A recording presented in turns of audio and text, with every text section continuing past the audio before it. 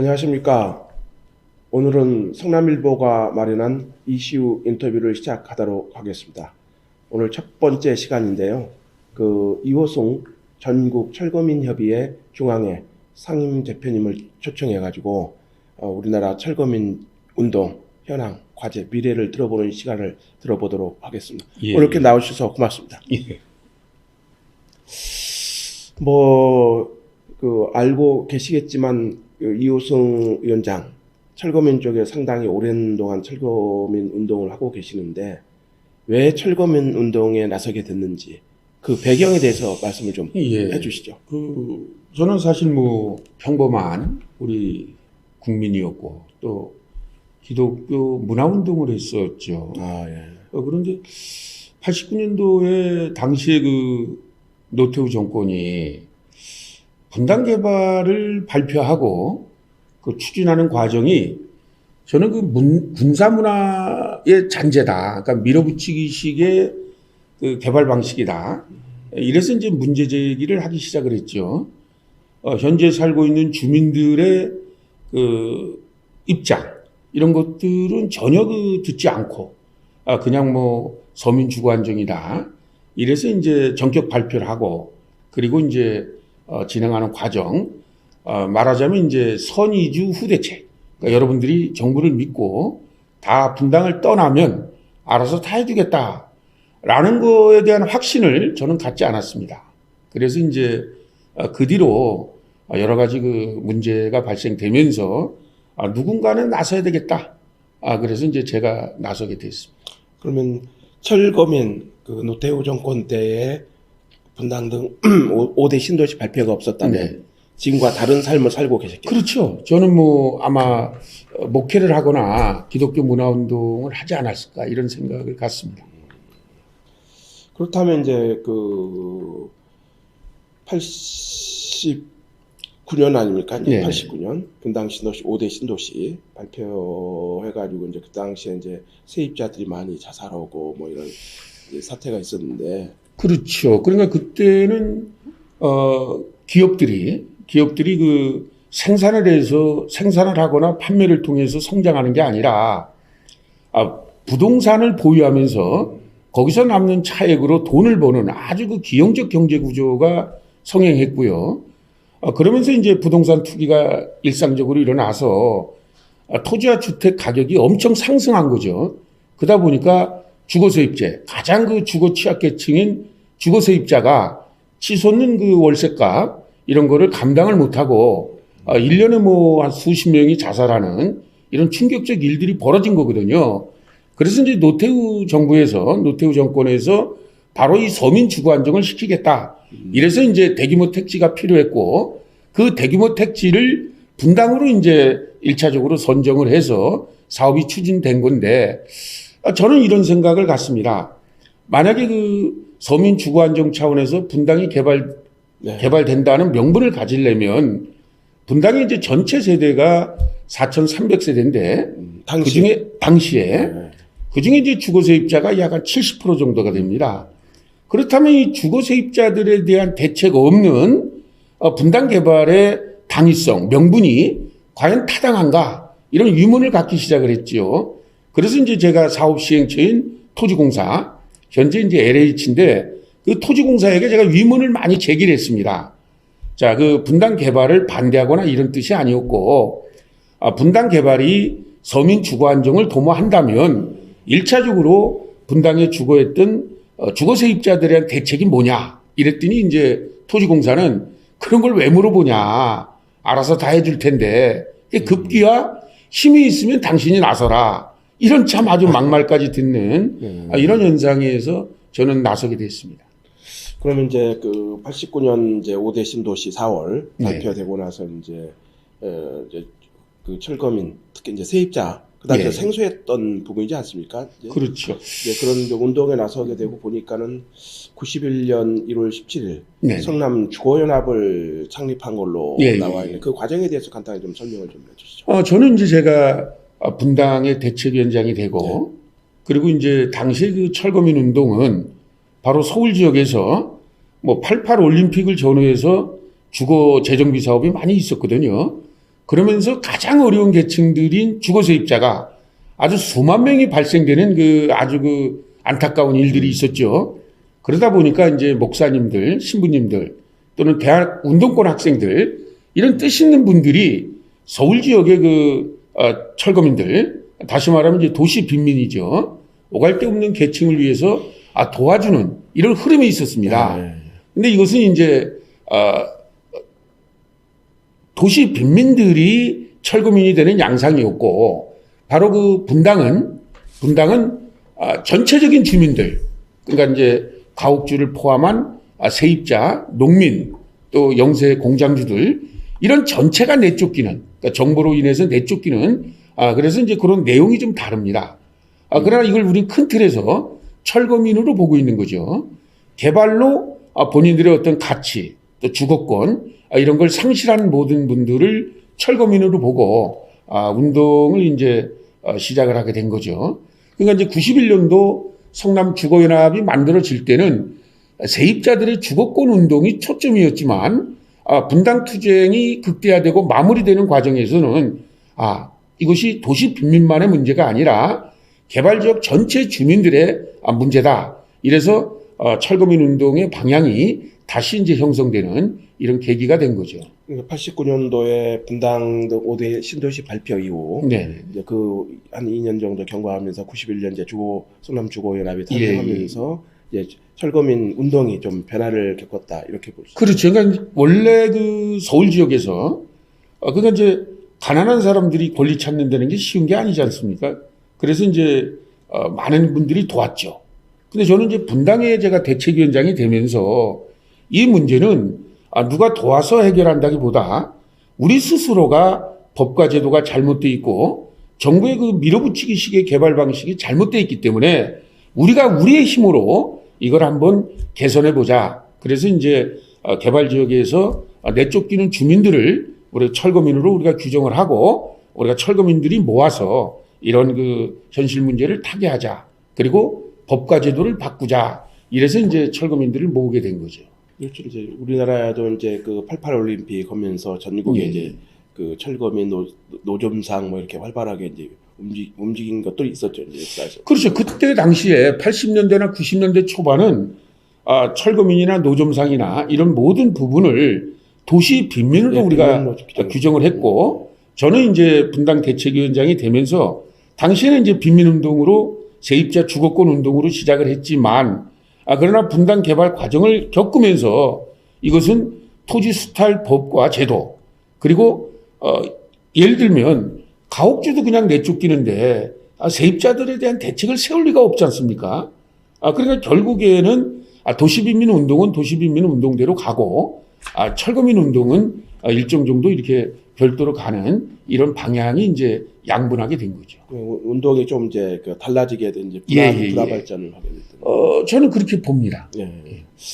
그리고 이제 성남 주거연합으로 출발해서 네. 철거민 운동을 시작했죠. 운동이 주로 하시다가 이제 전국 철거민 협의회를 또 만드셨지 않습니까, 이제? 그러니까 이제 저희는 이렇게 본 겁니다. 그 과정을 좀 말씀해 주시죠. 저는 제가 분당 때 이런 그 활동을 시작하면서 가장 이해가 안 됐던 부분이 어떻게 정부가 국민들에게, 그러니까 현재 살고 있는 주민들에게 한마디 물어보지도 않고 내쫓을 수 있을까?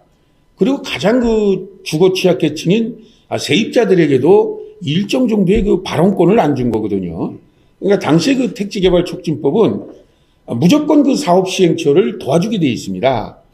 그런데 가장 그 고민하는 사람들은 주거세입자가 될 수밖에 없었고, 운동은 제가 이제 주거세입자들을 중심으로 시작을 했는데, 결과적으로 분당 개발의 그 문제점을 보니까 토지를 강제 수용을 하고 또 토지를 강제 수용을 할 때 그 지역에 있는 모든 주민, 그러니까 세입자나 공장주나 농민이나 가옥주들에 대한 모든 가치를 아주 저평가되게 보상을 해주게 돼 있다는 걸 이제 알게 됐죠. 그리고 결국에는 뭐 가옥주들은 일정 정도 기본 재산이 있으니까 그렇죠. 이사 나간다 하더라도 결국 남는 게 이제 주거 취약계층인 세입자인데 결국 이 세입자들이 대책 없는 강제 철거를 당하게 된 거죠. 그래서 이제 우리가 대책 없는 강제 철거는 바로 그 반인권적 범죄다. 이런 차원으로 이제 운동에 물꼬를 우리가 트기 시작을 했는데 이러다 보니까는 결국은 분당 문제가 해결되니까 분당 때는 이제 주거수입자 기준으로 임대 아파트나 또 임대 아파트에 들어갈 때까지 임시 이주단지나 또 생계 대책용으로 뭐 상가 권리 한 2.5평 정도의 권리를 획득한 거거든요. 쟁취한 거거든요. 그러니까 이게 이제 전국적으로 이게 확산이 되니까 전국의 수많은 개발 지역에서 특히 세입자들이 저희한테 이제 문의를 한 거죠. 그러니까 저희한테 문의를 하다 보니까 저도 그때 당시에 이제 고민을 했는데 분당이 끝났으니까 이제 생업으로 내가 돌아가야 되는지 아니면 이 세입자 운동이나 주거권 운동을 계속 해야 되는지 이런 고민을 하다가 91년도 말경에 이것은 큰 사회적 구조적 문제다. 그래서 이 문제를 좀 해결하자. 왜냐하면 저는 이 운동을 하면서 그러니까 타의에 의해서 제 생각을 변화되는 아주 강요를 받았거든요. 저는 뭐 구속되고 뭐 어려운 일들을 많이 겪었지만 그게 부당하다고 생각하는 거죠. 그러다 보니까 가정적으로도 많이 힘들었고, 그래서 이게 이제 나 같은 그 피해자가 다시는 없어야 되겠다. 이래서 이제 힘이 필요했고, 또 이 문제를 우리가 해결하려면 조직적으로 큰 힘이 필요했기 때문에 저희가 경기도 철거민협의회를 만들기 시작을 한 겁니다.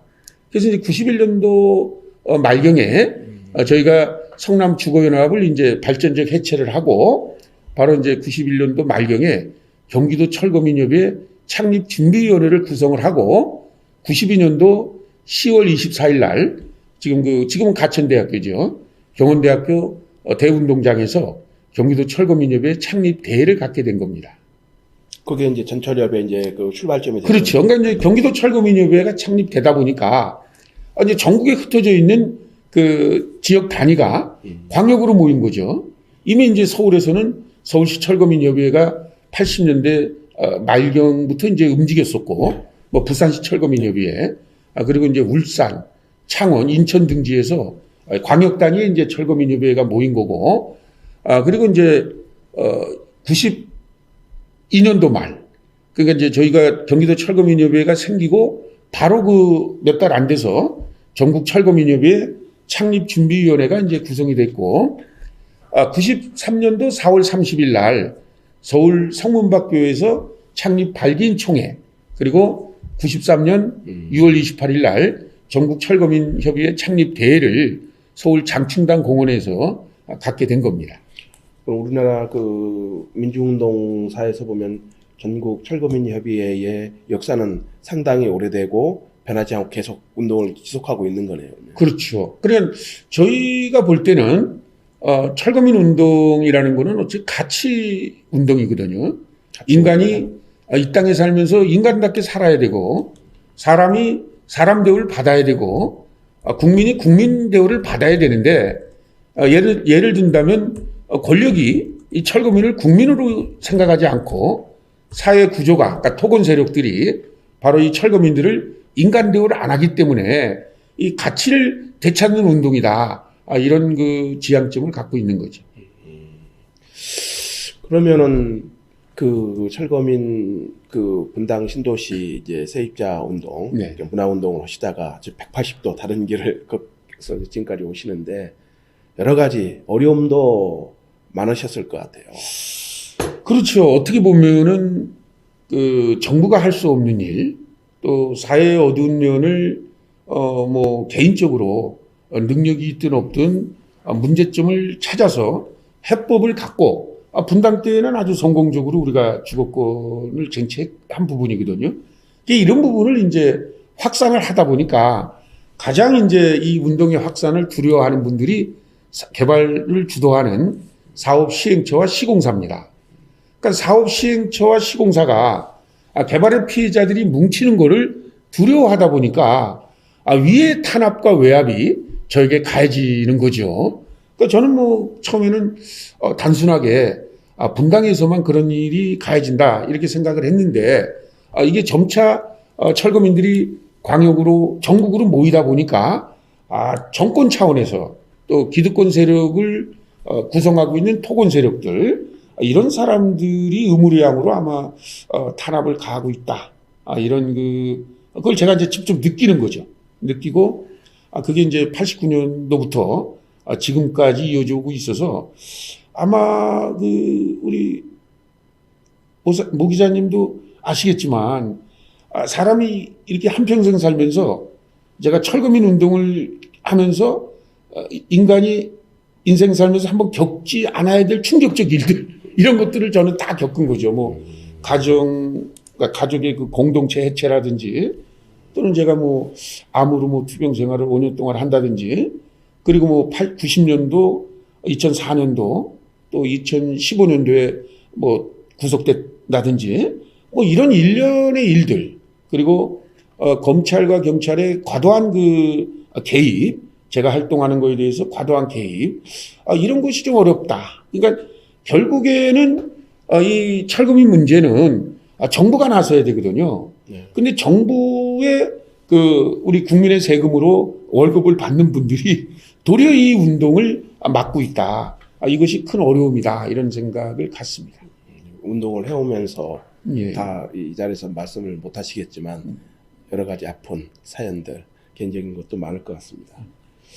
그러면서 이제 그 철거민 현장 한복판에서 네. 한 지금 30여 년 가까이 철거 운동을 해오시면서 철거민 현장에서 본 여러 가지 아픈 그 장면들 그 중에서 좀 지금도 마음에 진하게 와야 닿는. 그러니까 이제 가장 가슴 아픈 장면은 저는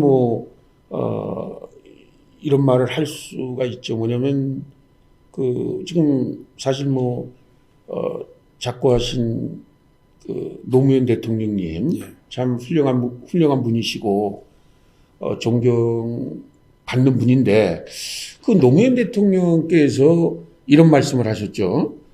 본인이 정치하는 가장 큰 이유가 바로 86, 87년도에 88 올림픽을 전후해서 상계동이 이제 주거 재정비 사업으로 이제 철거민이 양산됐습니다. 대표적이죠. 예. 그래서 상계동 주거 세입자들이 오갈 데 없어서 강제 철거되면서 이런 리아카 같은데 이불이라든지 이렇게 좀 몇 개 그렇게 밥그릇이라든지 이런 거 가지고 내쫓기는 장면을 보고 바로 노무현 대통령께서 자기가 정치하는 목적이다. 바로 이런 사람들을 위해서 정치해야 된다. 난 이런 것이 저도 좀 느끼지 않나. 그러니까 제가 분당에서도 강제 철거가 되면서 정말 가족 공동체 인간이 겪는 참상은 정말 안 당해 본 사람은 모를 정도로 충격적인 거죠. 그래서 저도 이제 분당에 처음에 이 운동을 시작할 때는 그런 참상을 직접 겪어보진 않은 거잖아요. 네, 그렇습니다. 그래 운동을 하면서 이제 제가 직접 강제 철거에 대한 두려움 또 강제 철거 후에 인간의 인성이 어떻게 변하는지 또 과연 우리 더불어 함께 사는 사회에서 과연 이런 일들이 문명 국가에서 있어야 되는지 이런 여러 가지 일들을 겪는 거죠. 그리고 저는 그렇게 봅니다. 대책 없는 강제 철거는 48년도 유엔에서도 말했지만 바로 이 사회권 차원의 반인권적 행위다. 그래서 어떠한 정치 권력도 대책 없는 강제 철거는 하지 말라. 이것이 이제 유엔의 권고사항 아닙니까? 근데 그것이 인간이 겪는 참상 때문에 그런 거죠. 그러니까 자기가 거처할 수 있는 최소한의 공간도 타의에 의해서 그것도 정부에 의해서 만약에 당하게 된다면 그러한 걸 이루고 말할 수 없는 거죠. 그래서 그런 안타까움을 갖습니다. 아까 이제 노무현 전 대통령 예. 말씀도 하셨지만 결국은 정치라는 게 이제 서민들의 눈물을 닦아주는 것이다. 그렇죠. 이제 그런 예. 부분인데 이제 위원장님 보시기에도 철거는 없는 사람들과 같이 하는 이제 그런 부분 거기에 그렇죠. 무게를 두시는 거 아니에요? 결국에는 철거민 운동의 본질이라는 게 주거권 운동 차원이죠. 그러니까 이제 인간은 어디에든 정착해서 살 수밖에 없는 거 아닙니까? 가정을 이루어야 되고 직장을 가져야 되고 또 노동을 해야 되고 그래서 인간이 정착하는 주거 공간은 어떤 정치 세력이든 보장을 해야 되는 거거든요. 그런데 그 주거권, 그러니까 인간이 정착할 수 있는 그 공간을 본인이 아닌 개발 주도 세력에 의해서 침해당하는 거죠. 그러니까 이거는 굉장히 심각한 문제다 이렇게 보는 겁니다. 그러면 이제 그 철거민 운동을 하면서 예. 이게 고난의 길 아니겠습니까? 어떤 정치적 목적을 위해서 시작한 건 아니실 거고. 그러니까 그런 오해를 많이 받죠. 그러니까 예를 들면 그런 정치적 목적은 없었습니까? 저는 정치적 목적은 없었습니다. 그러니까 다만 이제 중간에 정치적 활동을 이 주거권 운동이나 철거민 운동에 활용을 하려고 한 적은 있었죠. 운동과 정치는 뭐 또 동전의 양면이니까. 예. 그런데 저는 결과적으로 철거민 운동은 바로 철거민들이 권익 운동을 하거나 이런 거에 상대적으로 토건 세력과 토건 마피아가 개발 이익을 독점하다 보니까 결국 그런 운동들이 전부 무위로 다 끝나지 않았는가 이런 안타까운 현실을 지금 갖고 있는 거죠. 그럼에도 불구하고 이제 30여 년 철거민 운동, 세입자 철거민 운동을 해오시면서 나름대로 가장 그래도 여러 가지 보람도 있으셨을 것 같아요. 아픔도 있으셨겠지만. 그 보람은 이제 조금 아까 아픔을 생각하면서 결국에는 지금 우리 사회에서 정말 죽어야 문제가 해결되는 사회, 또 사람이 구속돼야 문제가 해결되는 사회, 또 사람이 중경상을 당해야 해결되는 사회, 이게 철거민 세계에서는 그게 비일비재하거든요.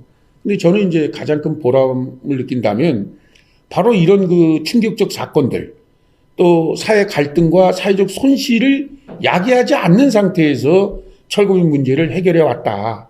그러니까 철거민 희생을 줄이고 철거민들이 죽거나 구속되거나 사망하는 그러니까 이런 중경상을 당하지 않는 방법으로 철거민 대책을 수립했다. 이것이 가장 큰 보람이다라는 생각을 갖고 있습니다. 그게 이제 전철협의 성과일 수도 있고요.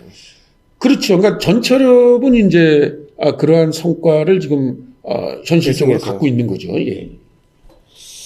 이제 어쨌든 지역을 중심으로 해가지고 30여 년이 넘으시죠, 이제. 올해가 이제 31년 차가 되는 겁니다. 대단하십니다. 예. 인생의 반을 철거민 운동에 예. 헌신하고 계시는데, 그러다 보니까 이제 의원장님에 대한 여러 가지 얘기들도 좀 이게 나오고, 개인 음해 부분도 있고, 여기서 다 옮기기 그러니까 그렇습니다만. 그거는 제가 좀 이 자리에서 좀 말씀드리면 분당 개발이 시작되고 세입자들이 이제 91년 4월 30일 날 이제 다 전부 임대 아파트 문제라든지 이주 단지가 이제 다 마무리됐어요. 근데 제가 이제 마무리될 때 대책위원장이니까 당시에 오성수 성남시장 또 고인이 되셨죠. 예. 분당 직할 사업단장 이봉우 단장 그리고 이제 저랑 이제 3자 간의 합의로 다 이루어졌어요. 그런데 당시에 토지공사가 저는 이제 분당에 침투된 불순 세력이다. 이래서 이제 제가 살고 있는 방을 분당 신도시 밖이다. 그렇게 해서 저한테는 이제 아무것도 준 게 없고 다만 이제 내가 대책위원장이었었고 주민들의 절대적 신뢰를 받다 보니까 이주 단지에 갈 때는 이제 제가 가는 그래서 이제 이주 단지에 들어갔는데 결과적으로 소문은 어떻게 났냐면 제가 분당 개발을 마무리하면서 5층짜리 빌딩을 두 채를 어디 감춰놨다든지 뒷거래가 있었다. 그렇죠. 그러니까 참 그러면서 결국은 제가 주민들이 다 95년도 6년도경에 임대 아파트로 전부 들어가고 저는 비닐집에서 살았죠. 그러다가 이제 2005년도 11월 2일 날 강제 철거를 당한 겁니다. 그러니까 그리고 이제 그 뒤로도 계속 강제 철거 당할 때도 몇몇 언론에서 저한테 물어봐요. 이렇게 혹시 뒷돈을 챙기거나 또는 딴 데 이제 재산이 좀 있는데 일부러 여기 산 게 아니냐 이렇게 포장하기 위해서. 예 이게 참 저희가 이제 막내 아들이 저한테 그런 말을 해요. 농담 반 진담 반 뭐 차라리 그냥 그런 게 있었으면 좋겠다. 저는 뭐 사실 그렇지 않습니까? 이런 운동을 하는 사람들이 가장 미안한 게 가족이거든요. 가족에게는 뭐 입이 10개라도 할 말이 없는 건데 저도 저지만은 이제 우리 가족들이 겪는 그런 참 안타까운 현실들 이런 것이 좀 가장 가슴 아프다는 생각을 갖죠. 그러니까 지금도 마찬가지입니다. 지금도 제가 이 운동을 하면서 그런 게 계속 이어지고 있는 거죠. 그래서 제가 뭐 구속될 때마다 그런 일들이 커져요. 그러나 지금 뭐 우리 검찰과 경찰이 얼마나 그 정보력도 뛰어나고 수사력도 뛰어납니까? 제가 30여 년 동안 만약에 철거민을 이용해서 어떤 이권에 개입되거나 또는 이익을 편취했다면 저를 그만 놔둘 리가 없거든요. 근데 제가 이번에 구속됐다가 나온 거는 사기 사건인데 5개월 10일 동안 살다가 무죄가 된 거 아닙니까? 그리고 이제 그 전에 2004년도나 90년도 구속될 때는 집회와 시위에 관한 법으로 구속됐습니다. 그 결국은 제가 지금 서너 차례 구속이 되면서 저는 뭐 내 이익을 위해서 활동한 적은 없다. 이것이 이제 명백하게 밝혀진 거고요. 그럼에도 불구하고 그런 뜬 소문들은 아주 일파만파로 이제 퍼지고 있는 거죠. 아직도 왜냐하면 그 철거 현장이 예. 자본이 가장 예민하게 충돌하는 현장이니까 그러지 않을까요? 그러니까 저는 이제 사회에서. 그게 이제 참 안타까운 게 저는 이제 그 부분을 말할 때 이제 토건 세력이라고 얘기하는데 결국 그 박정희 정권에서 만든 그 토지 강제 수탈 정책 그리고 이제 그러니까 전두환 노태우 정권으로 이어지면서 토지 수탈 관련 법을 왜 그 노무현 정권 때나 그 이후에 지금 문재인 정권에서 이거 손을 안 대는지 모르겠어요. 그러니까 결국에는 지금 문재인 정부의 성공을 바로 이런 부분을 둬야 되거든요. 디테일한 부분까지 둬야 되는데 이번 참 코로나19 때문에 제가 뭐라고 말씀드릴 수는 없지만 정말 그 코로나19 사태 이전에 문재인 정부를 볼 때 이것이 그냥 보다 큰 일을 하기 위해서 이거를 그냥 작은 일로 이렇게 치부하는 게 아닌가 그런 부분은 좀 안타깝게 생각을 합니다. 촛불 혁명으로 탄생한 정부. 그러니까 그래서 이제 그런 이제 서민들의 철거민 문제를 해결해 줄 것을 당연히 저희는 그렇게 보고 있는 거죠. 아직까지는 그 기대가 못 미치고 있다. 그렇다면 나가서 문재인 정부의 철거민 정책 어떻게 보세요? 그러면? 저는 뭐 현재 문재인 정권의 철거민 정책은 없다. 예, 이렇게 보는 거죠. 왜냐하면 제가 이번에 구속되기 이전에 그 문재인 대통령의 대통령 선거 전에 당시에 민주당에서 저희 전체협에서 요청한 공문 내용이 있습니다. 지금 정책 공약으로 그렇죠. 대선 그러니까 정책 공약. 지금 충남 도지사로 있는 양승조 도지사가 사무총장으로 있을 때죠. 그 제가 이제 공문을 보냈어요. 공문을 보내서 만약에 이번 문재인 대통령 또는 민주당 측에서 철거 지역에 대책 없는 강제철거 진상조사단을 구성을 하자. 그때 회의 승낙을 했거든요. 대선 당선되면. 네네네. 그런데 이제 이러한 약속이 이제 없어진 거죠. 없어지고. 근데 저는 이 일을 뭐 역대 정권마다 겪으니까. 진보 정권에서 김대중 노무현. 그렇죠. 그러니까 이제 뭐 보수 정권에서 그런 거야 이해하는데 같은 편이라고 생각한 분들이 이러니까 왜 그럴까요? 그러면 뭐 원인 저는 이제 기득권 세력이기 때문에 토건 세력하고 이게 건설 이 부분하고 이제 그 네트워크가 있기 때문에 그럴 수 있다고 추측하지만 그렇죠. 그러니까 그런 부분이 이제 저는 80년대 말부터 느끼는 게 국가의 경제 정책이 이제 개발에 이제 많은 무게를 두는 거 아닙니까? 건설을 해야만 자금이 돌고 노동자들의 어떤 일거리도 많이 생긴다. 성남도 그래서 탄생했고. 그렇죠. 이러다 보니까는 아마 그 개발 이익을 독점하는 그러니까 잘못된 개발법을 악용하는 사람들이 이제 80년대, 90년대 이제 그 LH를 중심으로 토건 세력화되지 않았나. 그러니까 토건 세력이 이제 처음에는 이제 우리가 토건 세력과 직접 이렇게 상대를 했지만 이제는 저희는 이제 힘이 약해지는 거죠. 저희는 힘이 약해지고 상대적으로 토건 세력들은 뭐 정치, 경제, 문화에 아주 괄목할 만한 자본을 가지고 있습니다. 그렇죠. 하다 보니까 이제는 뭐 토건 세력들이 직접 나서지 않고 개발 지역마다 이제 토건 마피아들을 이제 양산을 해서 토건 마피아가 우리를 상대하는 거죠.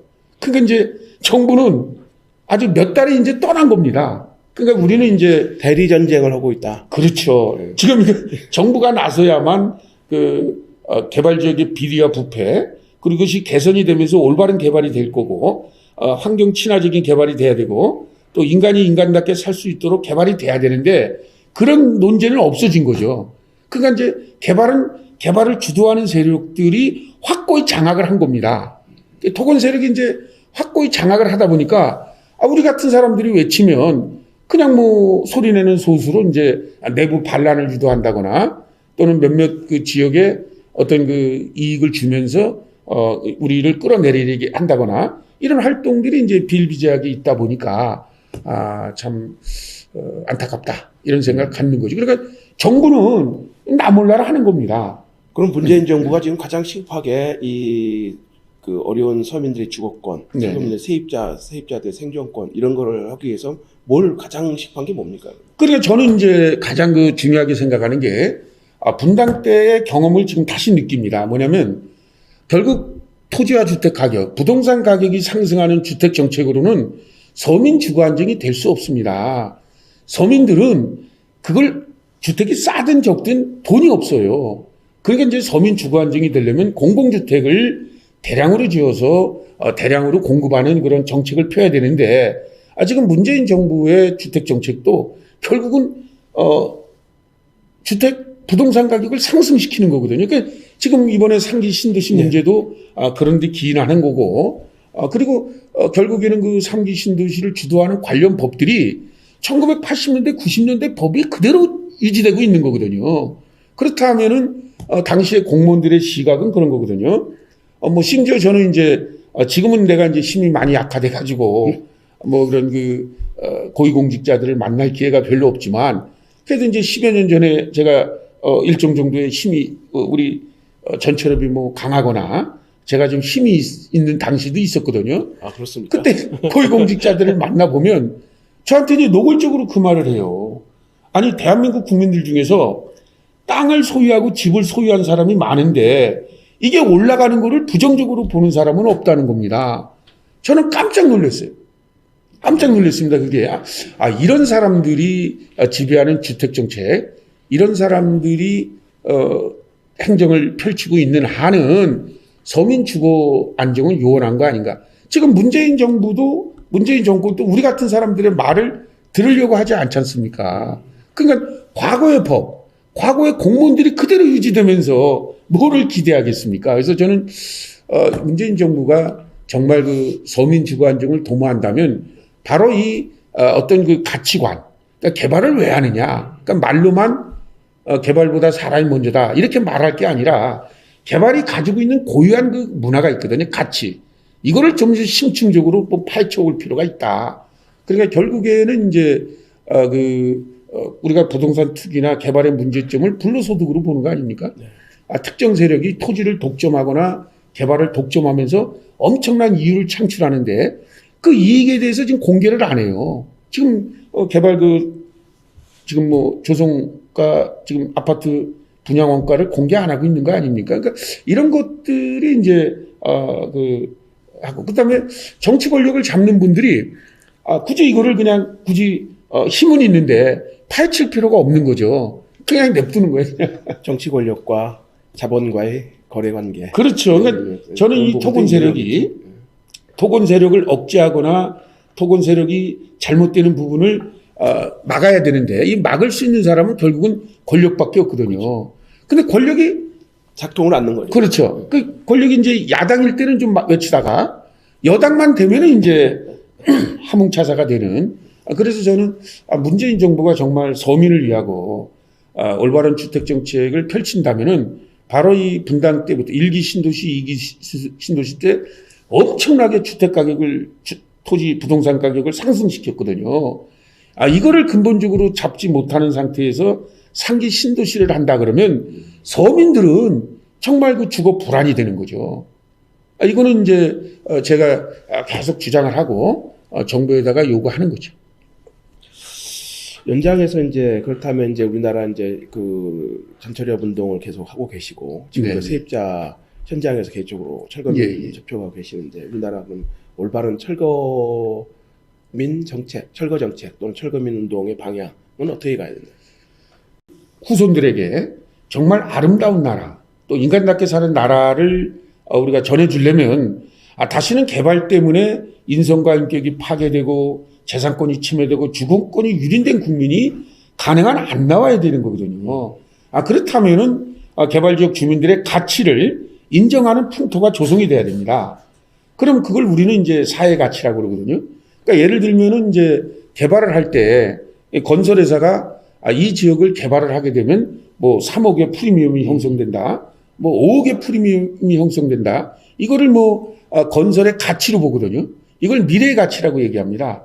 근데 그런 것들을 만들어내려면 현지에 사는 주민들을 내보내야 되는 거 아닙니까? 그러니까 우리는 건설회사가 흔히 말하는 미래의 가치나 또는 현존하는 가치를 독점을 하면서 그 현지 개발지역 주민들의 가치를 인정 안 하는 데 문제가 있다. 이런 생각을 갖습니다. 그래서 지금 그 철거민 문제를 해결하는 본질은 바로 개발지역에 사는 주민들의 고유의 가치. 그러니까 이게 재산권이면 재산권, 또 생존권이면 생존권, 주거권이면 주거권. 근데 이게 현행 법으로는 없거든요. 현행 법으로는 이게 물권법이기 때문에 민법과 상법으로 제정이 돼 있어서 개발지역 주민들의 어떤 권리, 또 인간으로서의 어떤 가치 이런 건 하나도 없고 그냥 개발을 하겠다라고 이제 조합을 만들게 되면 민법과 상법으로 그 부동산의 소유한, 그러니까 독점한 조합과 사업 시행처의 이익만 대변되는 구조로 가고 있기 때문에 이거를 좀 바꾸는 그런 운동은 결국은 권력밖에 없다 하는 거죠. 그럼에도 불구하고 선출해진 권력은 선출되면 유권자들이 입장과 다른 길을 가버리는 거죠. 그렇죠. 그러니까 저희가 좀 가장 가슴 아프게 생각하는 거는 저도 지난번 그 2014년도에 서울시 그 박원순 시장을 만나서 이 얘기한 부분이 있거든요. 철거민 부분은 다른 부분과 다르다. 그래서 철거민은 좀 우리 시장님이 힘이 있기 때문에 특별기구를 구성해서 개발지역에 철거민이 발생되면 이것이 뭐 그 부서, 그러니까 주무부서가 만약에 뭐 주택과라든지 건설과라든지 그렇다면 그 사람들에게 맡기면 안 되고 이걸 시장님이 직속으로 좀 해달라고 했는데 아주 역시 제가 당선되니까 달라져 버린 거예요. 아니 당선된 후에 그렇죠. 당선된 후에 만나서 얘기를 했는데 저는 기대를 했죠. 또 인권 변호사하고 또 시민운동도 같이 했고 이래서 기대를 하고 얘기했는데 어떻게 공무원들이 그걸 그냥 조금 아까 우려했던 대로 자신들의 영역에 넣는 겁니다. 그러니까 철거민들의 문제를 이게 뭐 공무원들의 영역으로 넣을 수 있는 부분이 아니거든요. 그렇죠. 공무원들은 안 움직이죠. 네. 그러니까 결국은 사람이 죽어야만, 뭐 중경상을 당해야만, 시끄러워야만 공무원들이 움직이고, 그분들에게 이제 금전적으로 또는 어떤 정책적으로 뭐 일정 정도 대책을 수립해 주고 나서 이것이 철거민 문제를 해결했다. 이런 식으로 얘기하니까 답답하기 그지없습니다. 결국은 그 문제를 느끼는 사람이 행동으로 나서 자기 요구를 주장하는. 그렇죠. 네, 근데 이제 제가 이제 그런데 앞장을 쓰다 보니까 그런 말을 많이 해요. 조금 전에도 이제 잠깐 말씀드렸지만 내가 이거 돈벌이로 하는 게 아니냐. 네. 다시 말하면 뭐 되지도 않는데 네. 철거민들을 선동해서 보상을 많이 받게 하고 그 이익을 나눠 먹는 게 아니냐. 이런 터무니없는 그런 모략도 제가 좀 받고 있죠. 보니까 또 이제 그 최근 들어서 작년부터 예. 인터넷 방송 요새 이제 영상의 시대이긴 합니다만 다 이제 개인 미디어로 가고 있고 이제 그 철거민 단체가 인터넷 방송을 또 운영하고 있습니다. 인터넷 방송을 하게 된 그래 이유가 뭡니까? 저는 지금 우리 그 계속되는 얘기지만 사실 뭐 정치, 경제, 사회, 환경, 교육 이런 모든 부분들이 시간이면 발전을 하지 않습니까? 그런데 유독 이 토지주택 부분은 토건 세력이 잘못된 법으로, 그러니까 박정희 군사정권 때 만든 법으로 지금 모든 권익을 독점하는 거 아닙니까?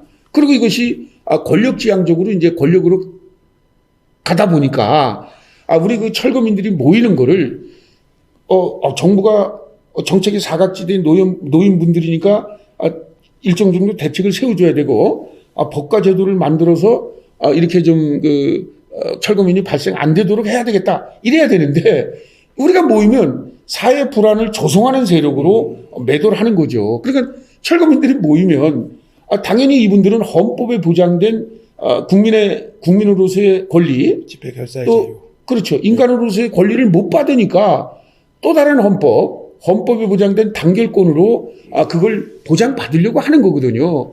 이거를 사회 불안을 조성하는 세력. 그러니까 제가 이제 일정 정도의 거기에 지도자고 앞장서는 사람이다 보니까 이호승이만 없으면 이게 좀 잠잠해지지 않을까. 그래서 이제 시도 때도 없이 압박을 가하고 이래서 이거 참 답답하다라는 심정으로 우리 이제 논의를 한 거죠.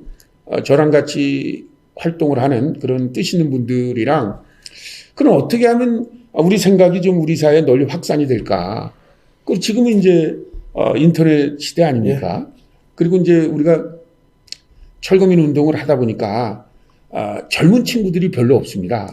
이제 나이들이 뭐 50대, 60대, 70대 그렇죠. 예. 이런 분들이 주로 많아요. 그러니까 이런 분들이 요즘 또 휴대폰을 갖고 다니면서 예, 그렇습니다. 유튜브를 하지 않습니까? 그래서 이분들에게 좀 우리가 일정 정도 우리의 생각을 좀 알려야 되겠다. 그래서 이제 눈높이에 맞는 운동을 출발하신 겁니다.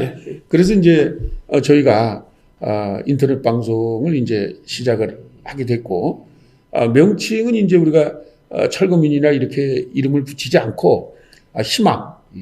결국 우리가 좀 희망을 좀 갖자. 그리고 이것이 결국에는 우리는 그렇습니다. 뭐 철거민들을 뭐 우리가 양산하는 시스템을 양산하는 법과 제도를 바꾸자는 거고 결국에는 철거민 발생이 없도록 하자는 거지. 철거민들을 모아서 다른 일 하자 이런 건 아니거든요. 결국 이제 희망 인터넷 방송을 통해서 네. 그 현장에 어려운 주민들과 만나겠다. 그 방법이 없지 않습니까? 예를 들면은 지금 그 헌법에 보장된 권익이 침해되는 국민들이 또 다른 헌법인 단결권으로 모여서 문제를 해결하는. 그러니까 결국은 뭐 지금 여야 정치권도 보면은 권력을 주는데도 좀 더 많은 권력을 갖기 위해서 뭐 집회와 시위를 하거나 아기다툼을 하는 거 아닙니까? 네, 그럼 개발지역의 주민들은 가장 힘없는 계층인데 이분들이 모이는 수밖에 없잖아요, 현재. 다만 이제 모여가지고 합법적인 영역에서 하느냐 아니면 불법적인 행위를 하느냐의 문제인데 저희는 합법을 지향해 왔고 지금도 이제 집회와 시위에 관한 법을 준수하면서 외치라는 거거든요.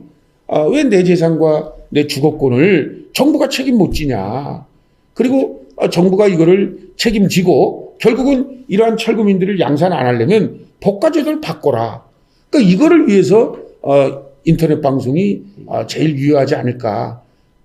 이런 생각을 갖습니다. 단체나 그 정당도 마찬가지지만 자기의 그 홍보 매체를 갖는다는 건 되게 대단히 중요하죠. 자기 목소리를 내는. 그렇죠. 그러니까 지금 제가 이 운동을 30년 가까이 하면서 정말 그 사무실이나 우리 그 직원들 급여나 이게 회원들이 회비를 내서 운영되면 좋은데 현실은 그렇지 못하거든요. 그러면 이 기관 조직들을 운영하려면 기본 시설이 있어야 되는데 그게 참 이루 말할 수 없는 그 어려움과 이런 게 있죠. 근데 거기에 비해서 이 인터넷 방송은 아주 그 저렴한 비용에 고효율을 볼 수 있는 아주 우리 같은 단체와 우리 같은 사람에게는 아주 딱 좋은 방식이 아닌가. 방송도 하고 계셔서 앞으로 어쨌든 희망 인터넷 방송 이 발전 기대하겠습니다. 그리고 이걸 보시는 분들도 유튜브에 들어가셔서 희망 인터넷 방송을 검색하셔가지고 거기에 구독을 좀 꼭꼭 예, 눌러주십시오. 고맙습니다. 그러니까 저희가 제가 좀 우리 방송을 보는 분들께 특히 성남 방송 저희가 성남일보입니다. 죄송합니다. 성남일보. 네. 성남일보 방송. 네, 네, 성남일보. 그냥 예. 이 얘기 또 해야 되니까. 말씀하시죠. 예. 성남일보가 가지고 있는 어떤 특색 또 특징 이런 거를 저는 뭐 누구보다도 잘 알고 있거든요. 고맙습니다. 그리고 이제 아마 성남일보에서도 이런 인터넷 방송을 하다 보니까 아마 저변 확대가 좀 폭발적으로도 있지 않을까. 제가 이제 눈으로 보거든요. 그래서 저희도 성남일보처럼 그런 진짜 이 방송을 보고 전철업이 어떤 운동을 한다. 또 이효승이 같은 사람이 어떤 일을 한다. 이런 것이 알려지면 폭발적으로 좀 이렇게 늘어나지 않을까 이런 기대를 해봅니다. 어쨌든 10,000명 구독자가 이루어지기를 기대하겠습니다. 예. 고맙습니다. 그리고 올해 이제 새해가 이제 시작된자마자 코로나 때문에 지금 전 세계가 지금 이제 패닉에 빠졌는데 네. 그럼에도 불구하고 또 현장에서는 아픔의 목소리들이 많이 들리지 않습니까? 올해 가장 역점을 두고 있는 사업을 좀 말씀을 좀 해주시죠. 저희는 이제 이번에 코로나19가 우리나라뿐만 아니라 참 전 세계적으로 이것이 유행이 되다 보니까 참 참담하죠. 뭐 하루속히 이 코로나19가 종식되길 바라고 이 코로나 때문에 많은 국민들이 정말 우울하고 침울하지만 특히 우리 개발 지역에서 재산권이 유린되거나 오갈 데 없는 주거 세입자들 같은 경우는 더 참담하거든요. 그래서 지금 걱정이 많습니다, 사실은. 하지만 뭐 우리가 이 땅에 살면서 희망을 갖고 또 앞으로 우리 사회가 점진적인 변혁, 개혁이 되기를 바라는 마음으로 이런 방송을 통해서 저희가 알려드리는 거죠. 지금은 저희가 어렵지만 인내하고 있습니다. 다만 이제 사업시행처와 시공사가 도발하지 않았으면 하는 바람이죠. 뭐 사업 일정에 맞춰서 밀어붙이기 식으로 만약에 강제 철거를 자행한다거나 이러면 안타까운 현실이 또 계속 발생되지 않을까. 저는 뭐 우리 회원들이나 개발 지역 주민들에게 과거나 지금이나 인내하면서 우리가 합법적인 영역에서 모여서 외치자. 그리고 우리가 폭력은 절대 안 되고 합법적인 영역에서 하자. 이런 주장을 계속 하고 있습니다. 다만 이제 코로나19 때문에 제가 모이는 거는 이제 자제하죠. 자제를 하고 이것이 종식되길 바라면서 지금 이런 방송이나 또는 이제 서면으로 연대 활동을 강화하고 그리고 이제 이 코로나 사태가 일어나기 전에는 저희가 4.15 총선 전에 개발지역 주민총 걸기대회를 준비하고 있었습니다. 그래서 전국대에서 전국에. 예. 그러니까 전국에 뭐 사업을 구분하지 않고 또 가옥주나 세입자나 계층을 구분하지 않고 서울이나 부산이나 지역을 구분하지 않고 개발 때문에 피해를 보는 모든 주민들이 한 곳으로 모이자. 그리고 모여서 이제 4.15 총선 때 개발 관련 법을 재개정해주는 후보를 우리가 적극적으로 지원을 하고 지지를 하고 이거에 대해서 관심이 없거나 이런 분들은 우리가 반대를 하는 입장을 표명하자. 이래서 이제 활동을 하고 있고 그거는 지금 이렇게 계속 하고 있습니다. 다만 이제 코로나19 때문에 시기는 아마 좀 늦춰지지 않을까 이런 생각을 갖고 있습니다. 어쨌든 우리 사회가 코로나19로 이제 고통을 겪고 있고 또 철거민 현장에서는 철거 세입자들의 아픔이 큰데 어쨌든 그런 아픔이 빨리 치유됐으면 합니다. 그리고 이제 앞서 여러 가지 말씀을 해주셨는데 마지막으로 좀 하실 말씀 있으면 해주시죠. 그래서 저는 오늘 초대해 주셔서 대단히 고맙고요. 이런 말할 수 있는 기회를 주셨는데 저는 이런 말을 좀 강하게 하고 싶은 게 지금 80년대 이후로 법과 제도의 지원을 받는 그 토건 세력, 토건 세력의 힘이 너무 커진 거죠. 그러니까 이 사람들이 계속 개발의 피해자인 철거민을 개발의 장애물이다 이렇게 지금 주장을 하면서 지금 개발을 주도하고 있거든요. 근데 저는 절대 철거민이 개발의 장애물이 아니라 개발 때문에 피해를 보는 개발의 피해자다. 다시 말하면 개발의 장애우들이다. 그래서 이 개발의 장애우인 철거민들을 이런 정말 그 정책적 힘을 가진 그 계층들 또 뜻 있는 시민들이 좀 이렇게 여론을 형성해서 철거민들이 빨리 생업으로 복귀할 수 있도록 대안을 만들어주는 그런 풍토가 조성되기를 바랍니다. 그래서 철거민들이 가능한 발생되지 않아야 되고 또 철거민이 발생됐다 하더라도 하루속히 대책이 수립된 후에 정말 그 함께 사는 사회가 되기를 바라는 마음 간절합니다. 오늘 그 바쁘신데 나와주셔서 감사드리고요. 어쨌든 코로나19가 이제 기승을 부리고 있지만 이제 봄은 오고 있는 것 같습니다. 네. 우리가 모두 극복하리라 보고 오늘 이렇게 나와주신 이호성 전국 철거민 협의회 중앙회 상임대표 감사드립니다. 예, 고맙습니다.